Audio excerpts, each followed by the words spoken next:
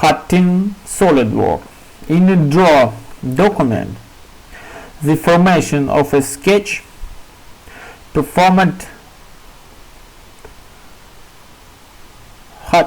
area hatch fill on the toolbar annotation.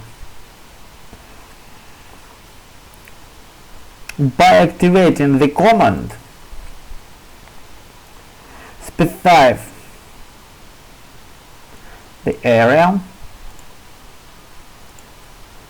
and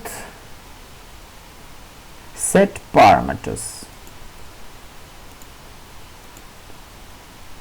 Is a type, pattern, scale, and other parameters.